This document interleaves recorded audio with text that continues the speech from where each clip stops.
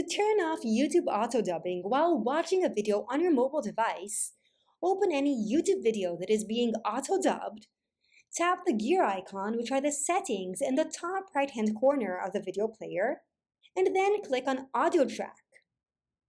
Switch from the dubbed auto version to the original version, and then just play the video as usual. If you want to prevent YouTube from assuming you want auto-dubbed audio, in the YouTube app, click on your profile picture on the bottom right-hand side, and then on Settings on the top right-hand side. Click on Languages, and make sure that the app language is set as the language you want to hear videos in. In my case, it's set to English.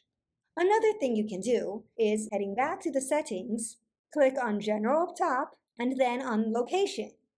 And then set the location of a place which has the language you want the YouTube videos to be in. In my case, I set it to United States to avoid forced auto-dubbing in some regions. Now, if you want to turn off YouTube auto-dubbing on desktop instead, open up any YouTube video that is being auto-dubbed, click on the gear icon to access settings on the player at the bottom, click on Audio Track, and then switch it to the original audio. Another thing you can do is disable auto-translated captions, since sometimes YouTube thinks you're requesting auto-translated captions and then switches the audio track too.